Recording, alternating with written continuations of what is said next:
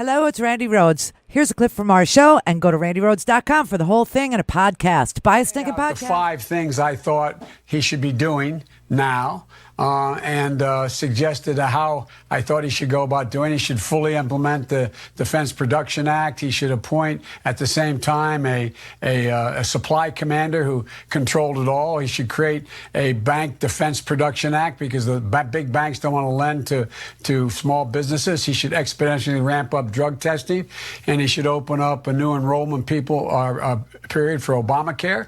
And I thought he should collect a lot more data and make it mandatory, the collection of data nationally on those African Americans who are contracting the disease and dying at a much higher rate than other folks. Now that's true. That is just a fact. Now you have African Americans dying at 3 times the rate of counties that are whiter. You have counties where the rates of death of white residents is 6 times higher. Now, why is that? Milwaukee, where they had this off-the-hook freaking, a charade of an election, which, by the way, you won't get the results for Wisconsin's pandemic election until next Tuesday, I think. Monday or Tuesday, the 13th, whatever day that is. That's when we'll get the results. And trust me, that's going to be contested. No matter what it is, somebody's going to contest the results of that election because too many people had asked for absentee ballots, didn't get them, didn't receive them, and then could not vote in person. So that's just a cluster F waiting to happen next week, okay? But Milwaukee is the largest city in Wisconsin. I used to live there. I worked there. You know that. I don't have to go through it. But African Americans account for 70% of the dead in Milwaukee, but just 26% of the population. The disparity is very much the same in Louisiana. 70% of the people who died were black, although African Americans make up just 32% of the entire state of Louisiana's population. Michigan is the same. New Jersey is the same. New York is the same. African Americans account for 33% of the cases, 40% of the deaths, except they comprise 14% of the population. Detroit, where African Americans make up 79% of the population, are dying 4 times faster than white Americans. And in Illinois, there is a disparity that is almost identical to Michigan.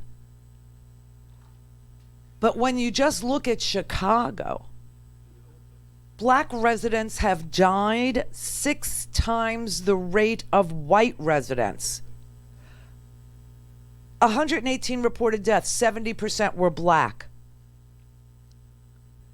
Now, they're going to tell you that it's because, somehow blacks have greater instances of diabetes and heart disease and lung disease. Well, that's well documented. But do you know why that is? That is because they don't have access to health care. Why is it 3 or 4 times more for black communities as opposed to white communities? It's called growing up without health care. It's called growing up poor, and it's also called doing public jobs like trash collectors, police officers. Our Surgeon General, Jerome Adams, is 45 years old. You've seen him. He is 45 years old, and he said, I shared myself personally that I have high blood pressure, that I have heart disease, 45 years old, and spent a week in the intensive care unit due to a heart condition, that I actually have asthma, and I'm pre-diabetic. And that's because I represent that legacy of growing up poor and black in America. meaning without access to good health care, meaning with higher unemployment rates, meaning no health insurance, meaning taking public, jobs like trash collector, meaning, being out in the population, meaning coming in contact with sick people. There's an expression that when America catches a cold, Black America catches pneumonia. And that used to be, an aha thing. But now it's real. That is what the cause of death is. It's double pneumonia. This particular disease attacks your lungs. And if you already have a weak heart, or you already have weak kidneys, or you already have a weak organ, and it's being deprived of oxygen, you're going to die at a higher rate than people who don't. And that is an institutional failing of the United States of America, and it's classic racism, and everybody understands that, including this president, who may not want people of color or immigrant communities to have access to ballots. That is how evil and ugly this might get.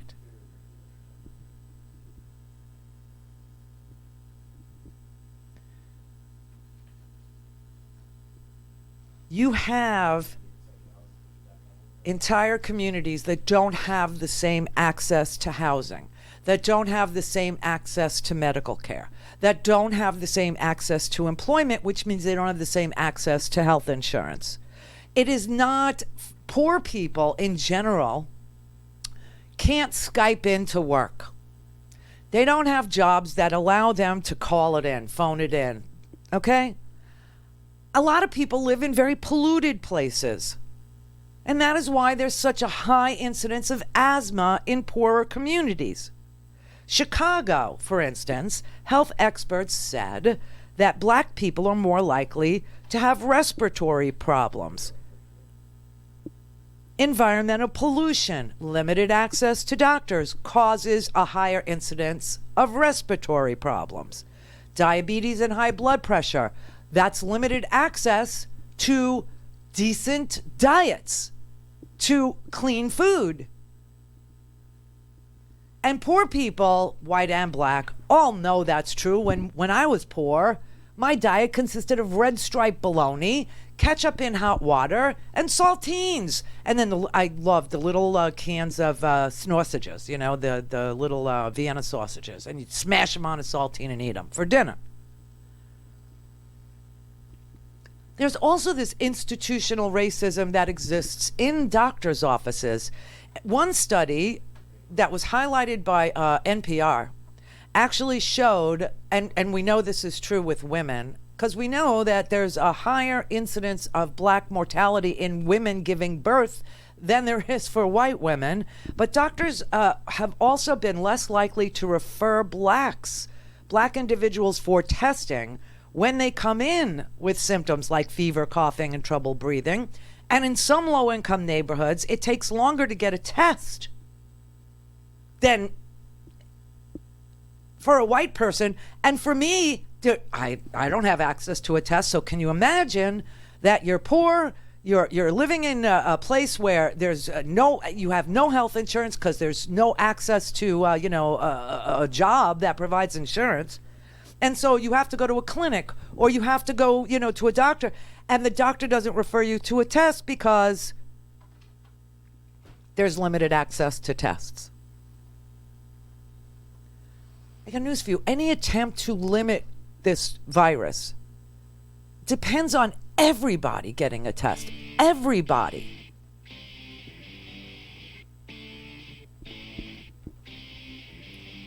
And we're just now starting to understand what it looks like out there for the poorest people, for the people who have the most public jobs, for people who live in overly polluted or overly dense areas.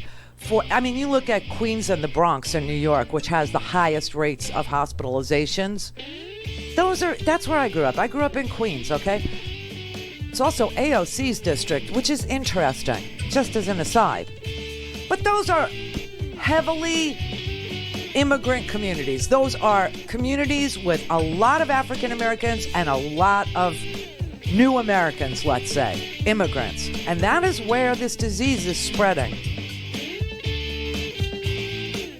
And it's killing disproportionately. Go to RandiRhodes.com for the whole thing and a podcast. Buy a stinking podcast.